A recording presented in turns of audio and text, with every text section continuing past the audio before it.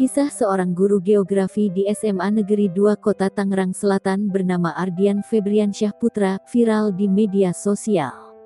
Sosoknya menjadi viral setelah aksinya yang suka merapikan rambut muridnya menjadi sorotan di platform TikTok. Pria 29 tahun yang akrab disapa Pak Ardi ini mengaku telah melakukan aksinya sejak awal mengajar pada 2019 lalu. Kemudian, saat pembelajaran tatap muka (PTM) dimulai di sekolahnya, Ardi pun melanjutkan aksinya. Bahkan Ardi selalu membawa peralatan cukurnya sendiri di tas kerjanya, seperti sisir, gunting dan hair spray.